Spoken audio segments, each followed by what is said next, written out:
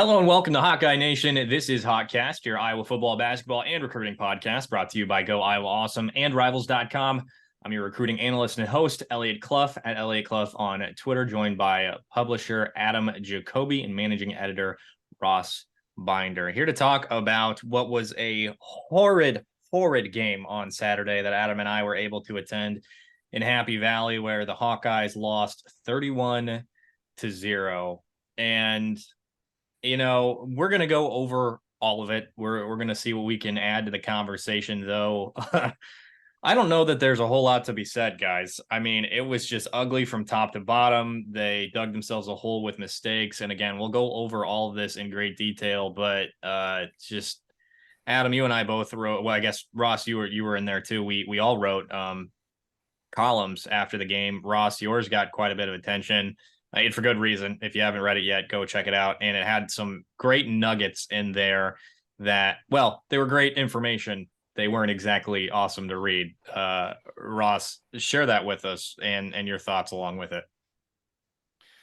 Yeah, I mean, it's just kind of putting this game in context of some other recent performances with, the Big Ten's big three, which would be Penn State, Ohio State, and Michigan. And, for a long time, Iowa did well against those teams. They won a fair number, and they were almost always competitive in those games under Ferentz.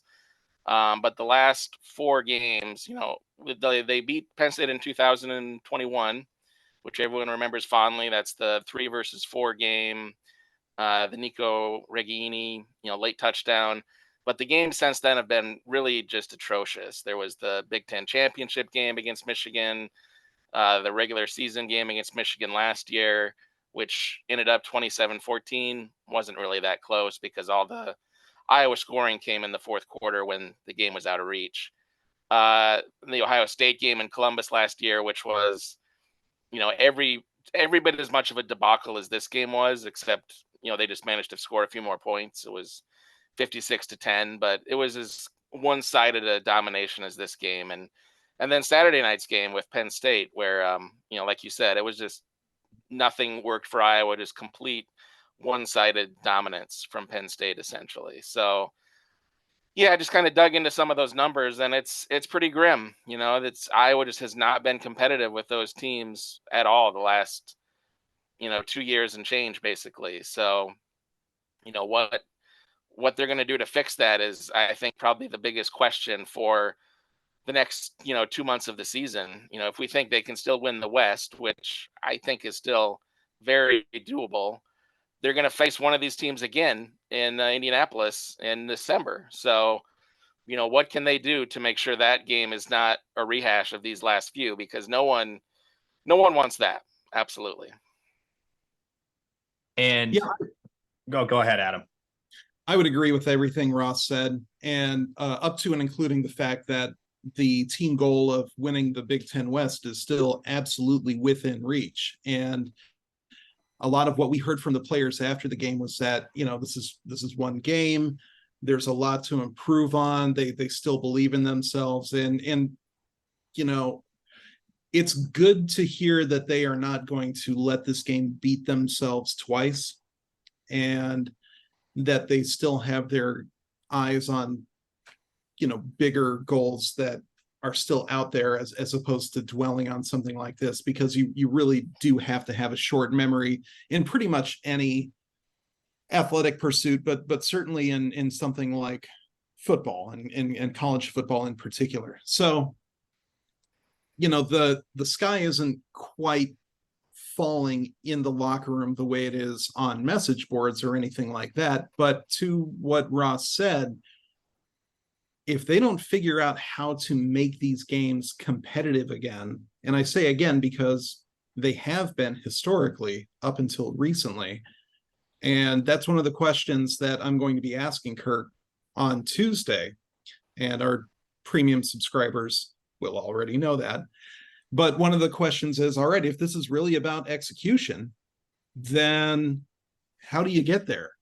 It's one thing to say, well, we needed more from the players, but it's also up to coaches to put them in position to succeed to begin with. Do we think that these guys are already in position to succeed? Tough to say. after they get drubbed like that. And let's make no mistake, Penn State's a great team. If they play that well, they can beat just about anybody in the Big Ten and can probably cause a lot of consternation in the college football playoff too. Like, that is a really, really good team. And really good teams, when they play pretty close to flawless, are really difficult to beat. So I don't think they're going to overreact in Iowa City. But to Ross's question, how does this not happen again? And that's sort of what I want to hear from Kirk, and what I think a lot of fans want to hear from Kirk too.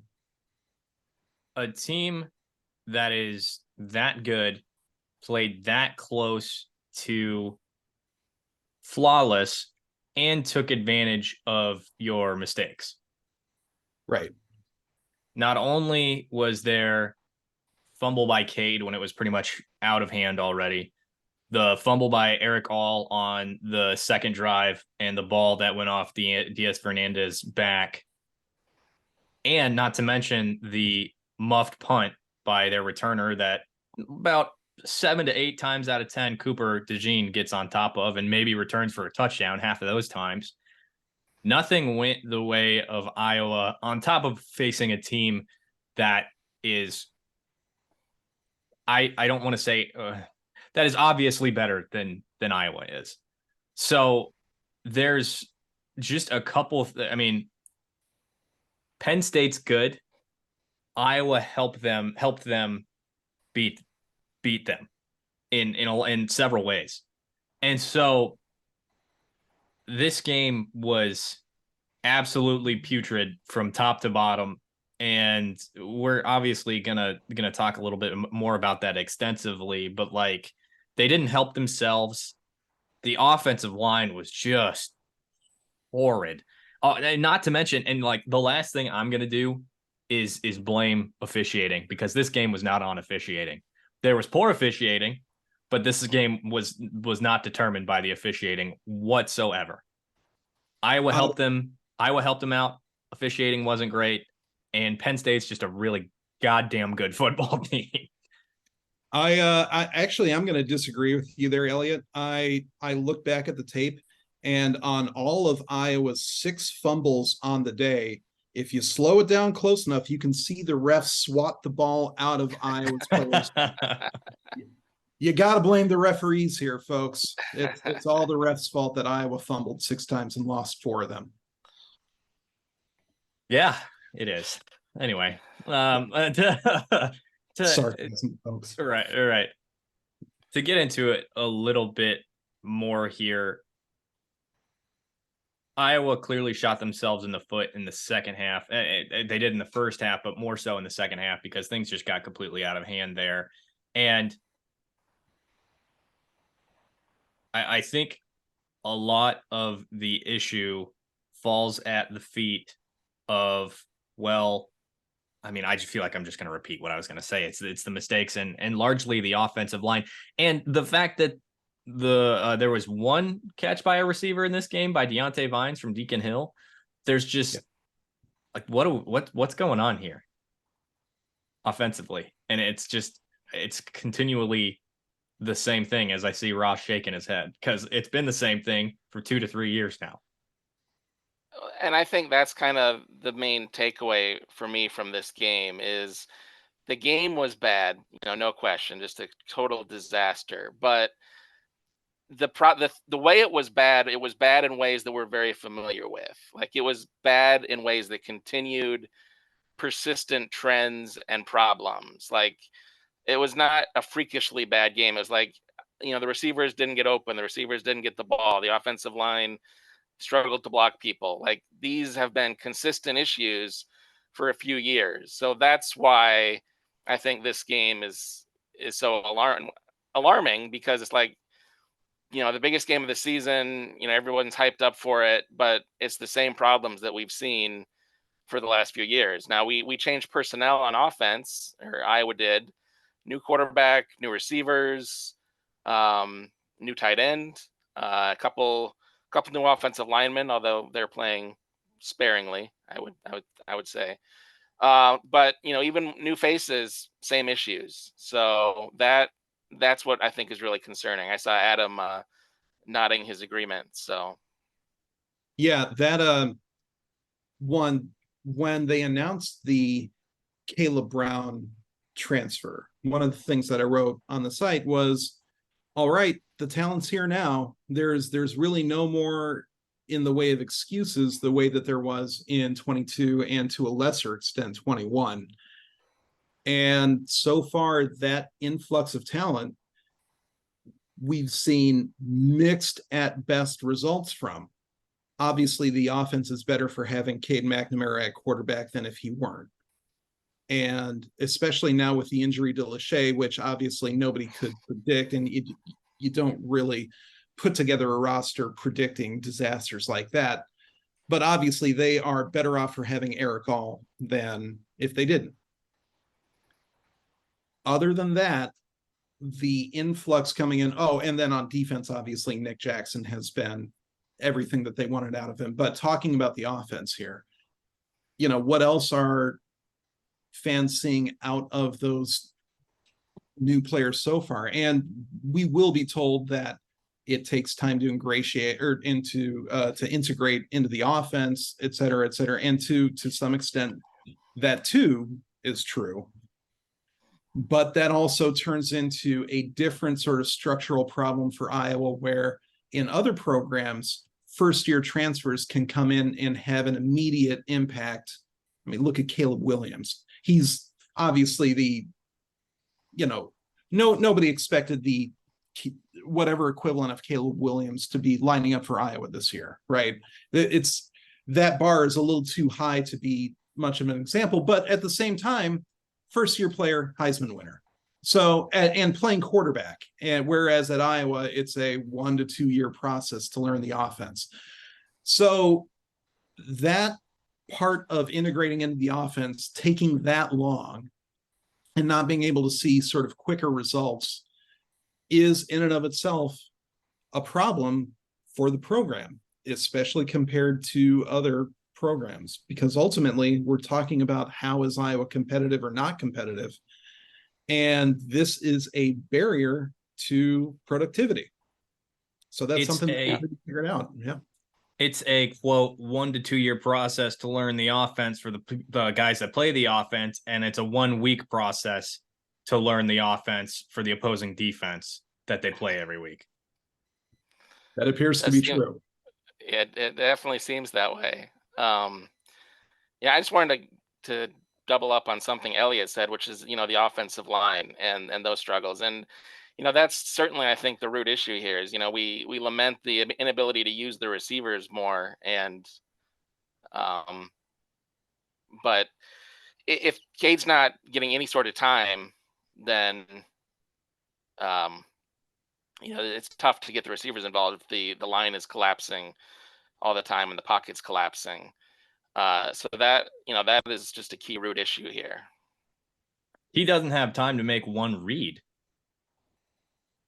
That play where the 2 fumbles, I mean, he's already looked well on the one that came off his hands on the snap. You have to, I haven't rewatched the film, and I'm going to, just with the amount of travel that Adam and I had yesterday. But you have to imagine he's already looking up at where the pressure is coming from, so the ball bounces off his hands. The other one, Chop Robinson, made it into the backfield in about half a second and swatted the ball out of his hands. This is not doable. I mean, you could put Caleb Williams back there, and it's going to be pretty damn hard to do anything, let alone when you lose your best player arguably on the team in Luke Lachey, which I don't know that Iowa even scores points with Luke Lachey on the field based on what we saw yesterday. They don't have their 2 top running backs. And then when Kirk is asked about the offense by John Steppe of the Gazette, who does incredible work, he goes, yeah. And then I'm sorry. Like we're not stupid. I'm sorry. We're not. Yeah. Go ahead, Adam. And then ask John if he should completely rewrite the playbook, as if that was what the question was. And yeah. And we know that that the fans and the people on our message boards did not take too kindly to that response from Kirk. And John, I agree, stand-up guy all the way. And on some level, you do still have to ask that question in that moment, even though everybody in that room knew it wasn't going to get a, hey, that's a good idea response from Ferentz. We all knew that wasn't going to happen. And virtually no coach is going to be like, yep, we are going to reinvent the wheel here, right? That's an unrealistic expectation to begin with. And I think that on some level, Kirk's pride was, being involved. But that's what the money's for, right? That is, if you want to be the highest paid Nike hoodie model in the state of Iowa, then tough questions are going to come with it. So, like I said, we'll be there tomorrow and we will ask questions that we're going to try to frame them in a way that we don't get the I wonder if we're gonna questions to be asked, and regardless of the wholesale aspect of it, fans do want to know what the path is to get them executing better. I'm doing air quotes for those listening. Executing better to the point where they are once again competitive with these top teams in the conference, because like you said, it wasn't that long ago that they were. So we know Iowa's capable of it. We know Kirk Ferentz is capable of it. And honestly, some of the players that were on those competitive teams are still there and still contributing. So we know the capability is there. What's the path to getting it back into practice? And I think that's a question that, one, it's a big question. It's, that he could probably take 5 hours. He could probably take 5 hours answering that question, but it is something that has a little bit more meat on the bone than just, yeah, we're not rewriting the playbook. Yeah, well, we know that. Yeah. I'm just curious as to what the upside is of changing. I'm sorry. Bringing back the hits. We may very well get another all-timer tomorrow. We'll have to see, but yeah, I think you hit it on the head, Adam.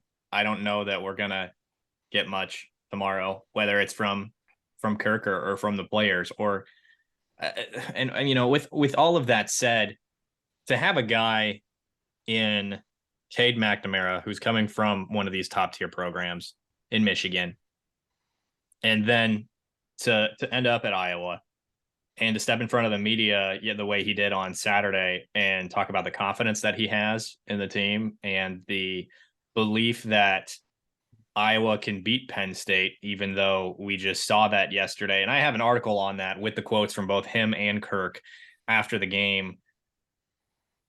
It's one thing to hear something like that from Kirk and from Brian, who, it's a broken record, or from a guy like Spencer Petras last season, but to hear it from a guy with the pedigree of Cade McNamara, even though it is at Iowa, does that carry any weight to you guys?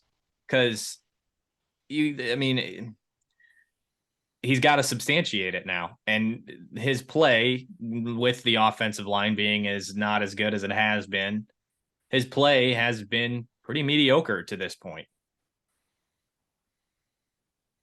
Yeah, I would say ultimately it sort of doesn't matter whether or not it carries any weight with, you or I. It's Sure. whether it carries any weight with the team and whether it leads to anything more substantial. I told you after the game that it was sort of the Tebow light moment for Cade. There was a lot of optimism, a lot of redoubling down and saying that they're going to keep working harder and they'll be better for it. If that's the case, great.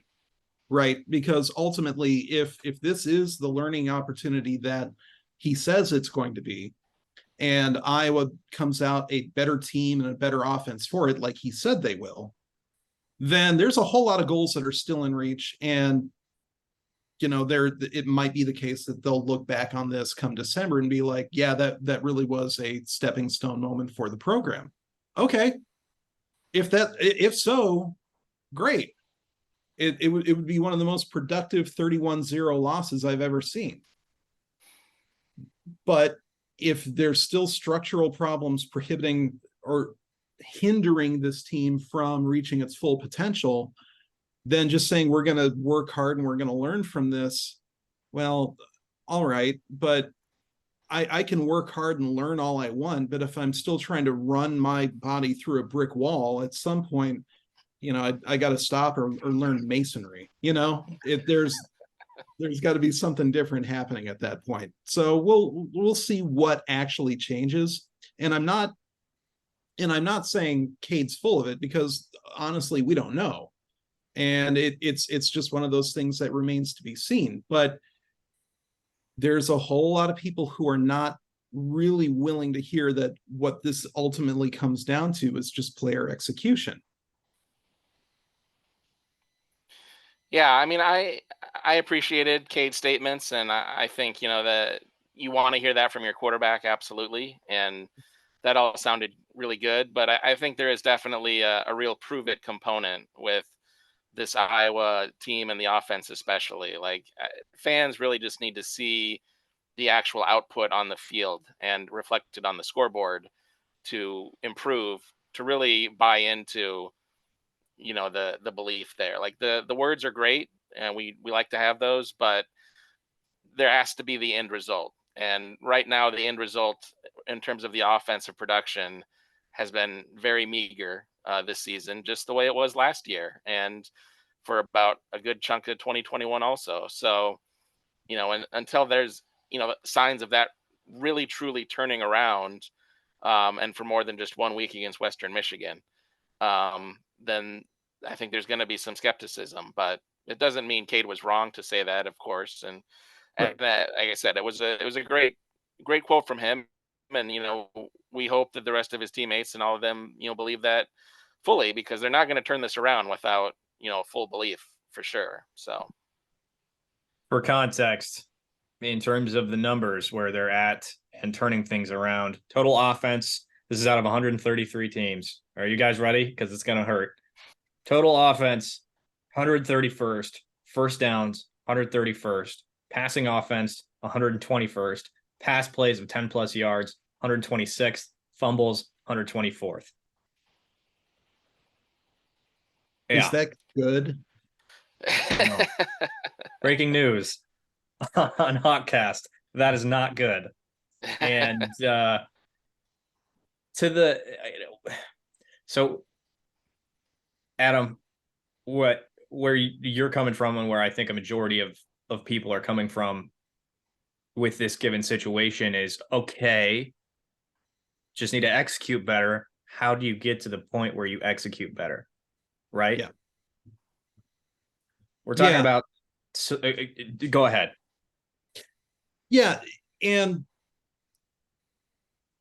it didn't look like execution was the problem on Saturday. Some of it is because Penn State is really good and they're playing in an absolutely electric environment. And Cade said after the game that it wasn't a matter of communication. And I believe him, because we didn't see them, gesturing or miscommunicating or anything like that. They managed the noise pretty well.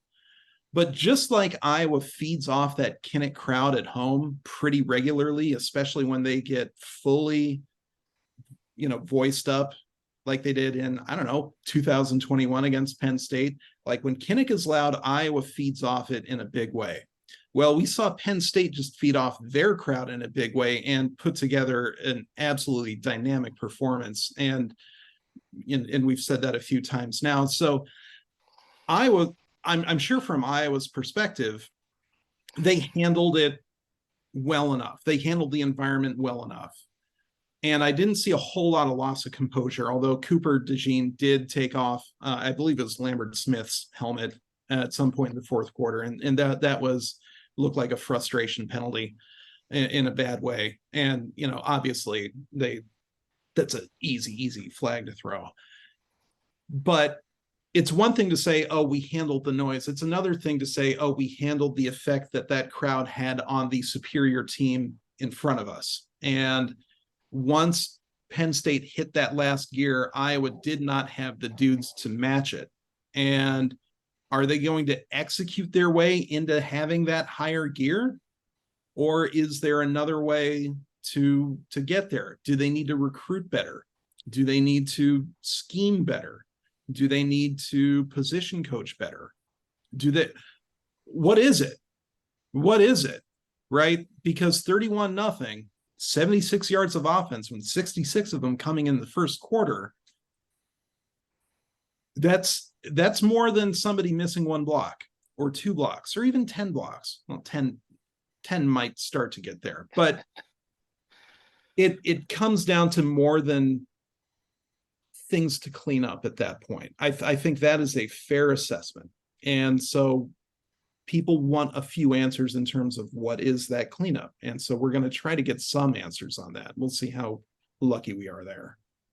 And with that said, you mentioned position coaches. George Barnett was catching an incredible amount of fire on Twitter. Mm-hmm. And so was Brian Ferentz, and so was Kirk Ferentz.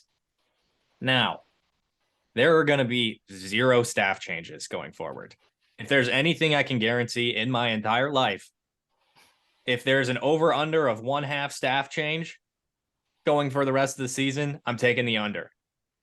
It's not happening. Right. And if anybody expects otherwise, welcome to your first year of Iowa football. It's never been Kirk's MO, and he's had unpopular assistants and coordinators before, quite a few of them, and he doesn't change horses in the middle of the stream, doesn't take guys off the staff in the middle of the season unless there's a really pressing immediate, unless player safety is directly involved. He's not doing something like that, or NCAA violations, and nobody's accusing Barnett of or Brian of either of those things, or anybody else on the staff. So that sort of talk is sort of asking for something that is not going to happen, sort of along the lines of Skilo's all-time hit. I wish I were a little bit taller. I wish I were a baller. I too wish I was like 6'9" so I could get with Leoshi, but she don't know me, but Yoshi's really fine. And shout out to Skilo. You can wish all you want, but these are not the people to be asking those questions to, or to be asking those, I don't know, you want to call them favors or what. Kirk's not going to do it.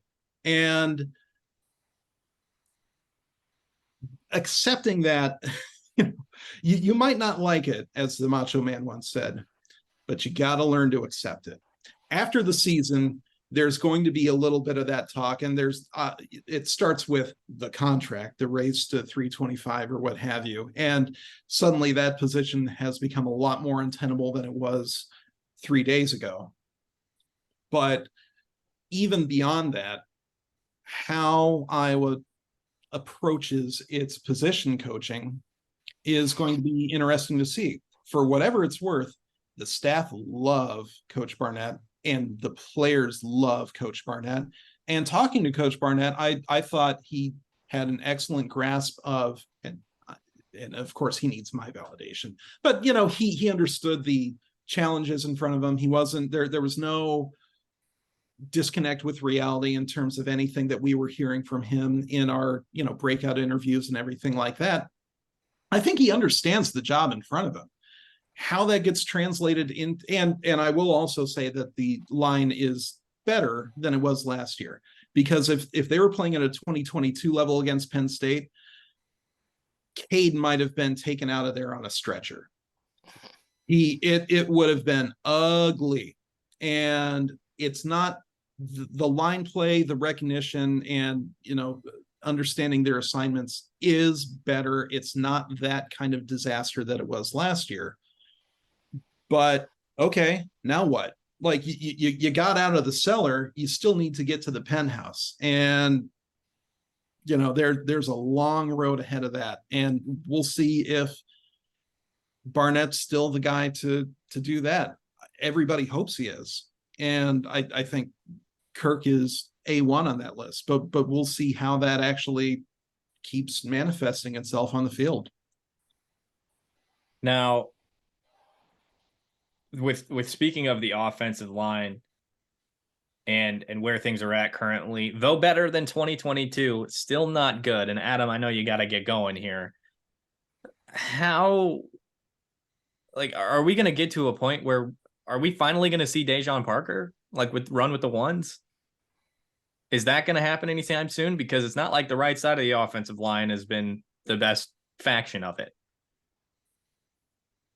Yeah, I've been a little bit disappointed in what we've seen out of Jennings Dunker so far. He was a guy that I was really hoping to see a big breakout season from. One, I mean, just because he's a really interesting guy and a lot of fun to talk to, and it's more fun to interview interesting players. And I was selfishly, that's what I was hoping for.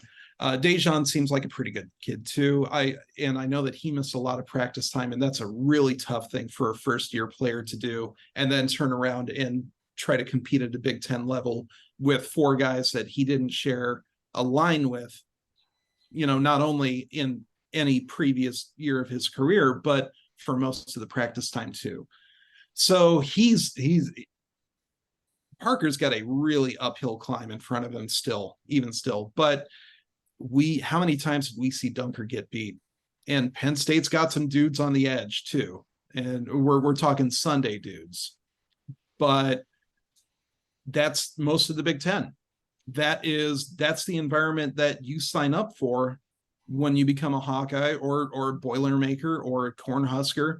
You're going up against NFL talent nearly every single week. That is Big Ten football. And so far, we haven't seen the level of performance that befits somebody who's going to be starting a tackle, especially on a 20th century offense like Iowa's. I tell you what, well, there are a couple more things that I want to get to. Ross, are you good to stick around if Adam needs to get going? Yeah. Cool. Well, Adam, if you need 5 minutes, cool. All right, we'll roll with that. Now, in regards to Parker, I think you kind of hit it already, Adam, but I'll just say it a little more plainly. I think his lack of time on the field to this point is probably more telling than anything. I don't think anybody's exactly been impressed with Jennings Dunker. I don't think that, I mean, you can even, Mason Richmond was awful this weekend. And I mean, I don't know that. I think I saw a statistic from PFF that said that he graded 4.3 out of 100. That was a tweet. That was a tweet. So I can't exactly say it verbatim and know that it's true. So I should probably look it up before I reiterate it. But Ross, I mean, what else do you do now, knowing what we know? Do you throw in a Parker? Do you look to the second team? Like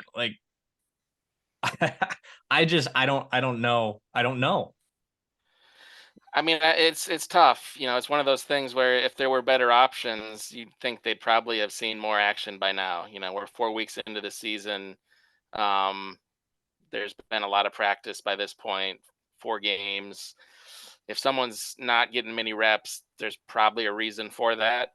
That said, the level of play on Saturday night was pretty poor. So I think you do need to look at all options and, kind of reconsider your preconceived notions if you have any. And, you just got to get the 5 guys out there that are going to do the best in terms of blocking, protecting Cade and opening holes for the running game.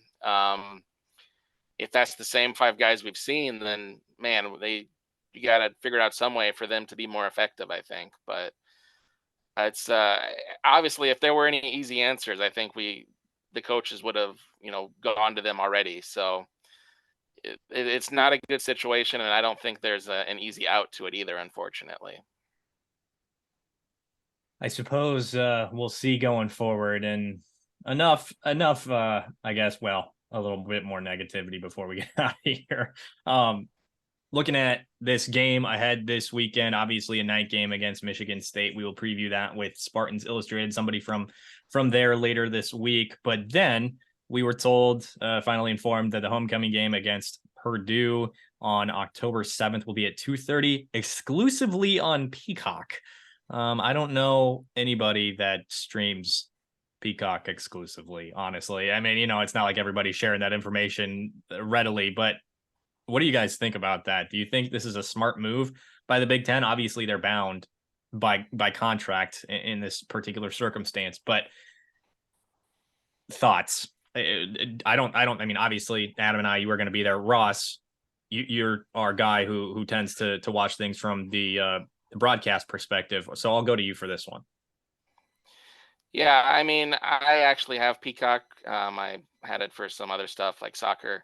From the Big Ten perspective, do they like it? No, I doubt it. They want maximum exposure for their teams and everything and their athletes, and you're not going to get that on a streaming only service like Peacock. But it's one of the things that they had to agree to when they made that contract with NBC and CBS and Fox. So it comes with the territory. And if you're going to get the enormous paycheck that NBC is giving you, you're going to have to make some compromises in terms of where the games show up. It sounds like. So in that case, we got this game on Peacock. I think we'll see a few basketball games turn up there as well. Probably it was the expectation. We haven't seen the full broadcast information for basketball yet, but when the deal was announced, it was like, yeah, there's going to be basketball games on Peacock too. So it's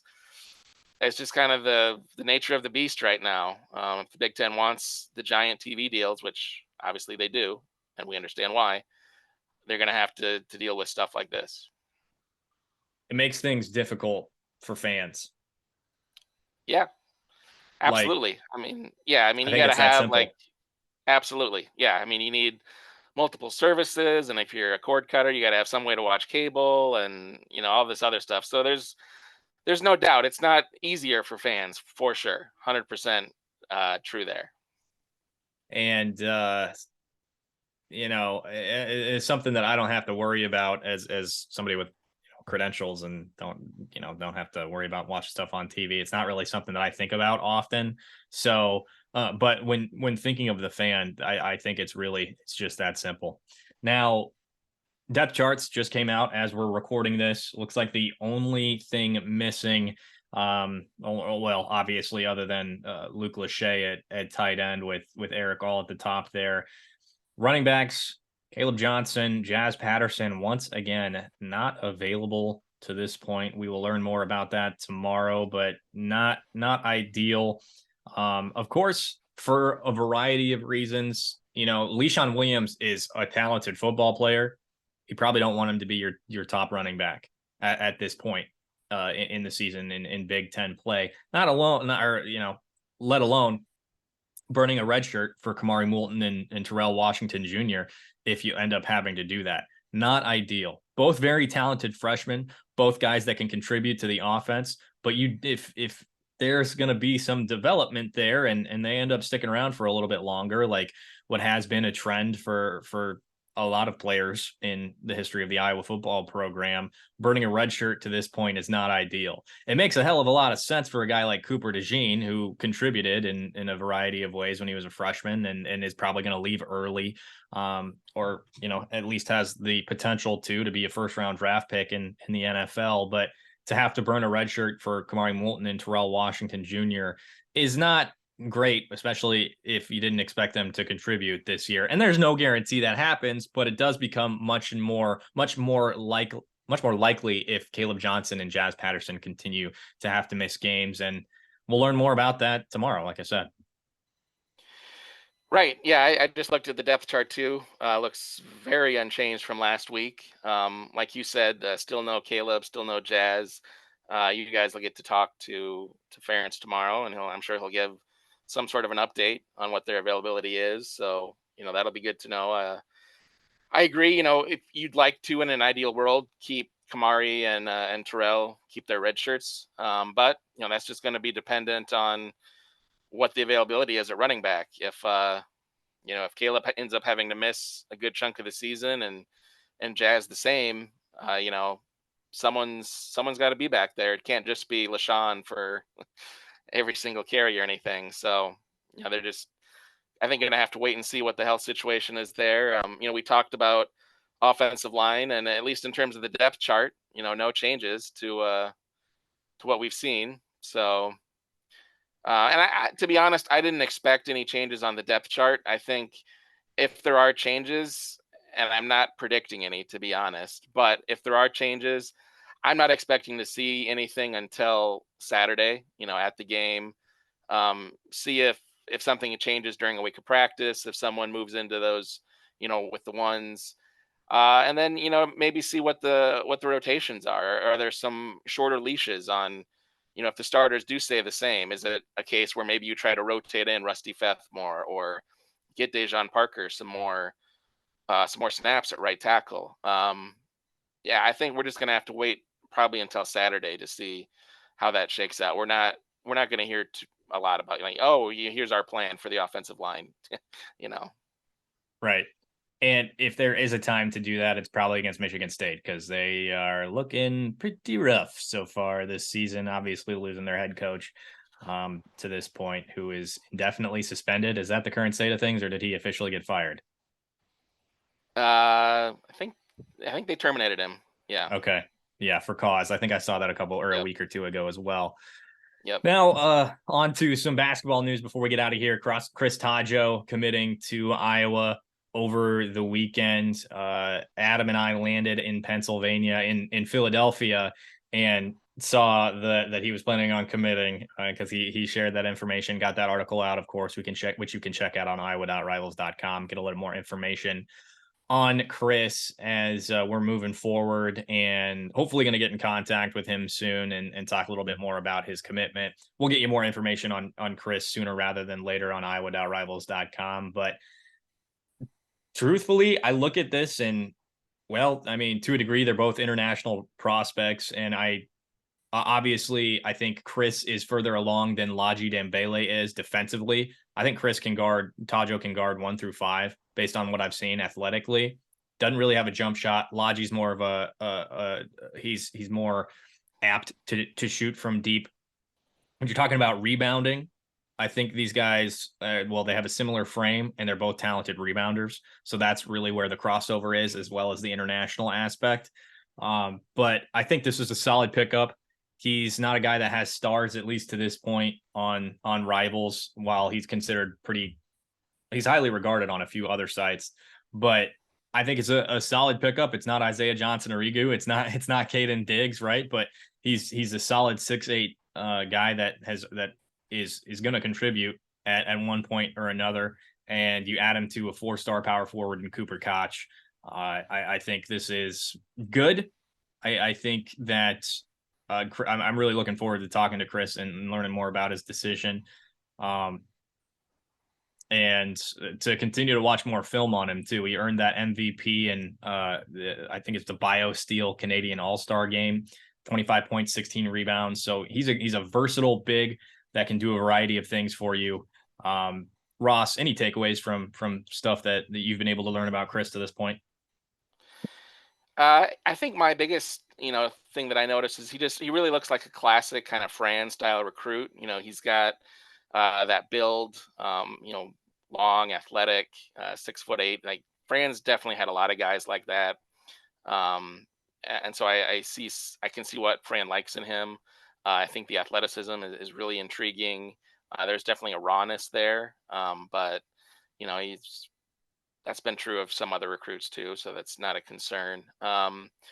And the whole under the radar aspect, I remember I was famously a little skeptical of the Murray brothers because they had zero recruiting buzz essentially when they signed with Iowa. Clearly, that worked out better than anyone possibly could have dreamed of, and was great. And Fran's always had an ability to find under the radar talent, so it doesn't shock me when he finds a guy like this. And yeah, like you, I'm just really excited to see when you talk to him, what he says, and see some more film and what he can do, because it's more mysterious than some of the other, I think, prospects than they're pursuing. But it's exciting too.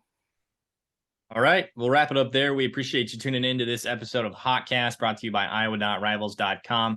Make sure you come back for Thursday's episode. We'll have someone from Spartans Illustrated to preview the game versus Michigan State this weekend. Stay tuned for news on visitors this weekend as well. We'll have a whole spiel on Iowa.Rivals.com about all the talent that will be in Iowa City, and there will be a lot of talent there this weekend. So if you're not a premium subscriber yet, you can do that at Iowa.Rivals.com/subscribe and get all that content from us, as well as that interview from Chris coming up here soon.